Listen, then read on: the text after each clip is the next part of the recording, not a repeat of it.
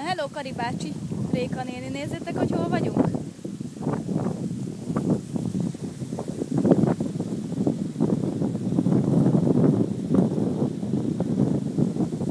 Ott a Norbi. Ott a Norbi. Hintázik. Nézd Kari, mi van itt? Minden fán van olyan. Ha biztos kermelgetnéd, mi? Úgy tudod leszedni. Bár mondjuk azt még el is éred. Hallod, ezek ilyen nagyon alacsony fák, úgyhogy még a Johnny sem kéne felküldeni. Na? Na hát azért hiányozni fogtok, az biztos. Most érkeztünk, a többiek mondjuk este jönnek. Ja, de mit leszünk? Nem, mit leszünk, majd nem mutatjuk.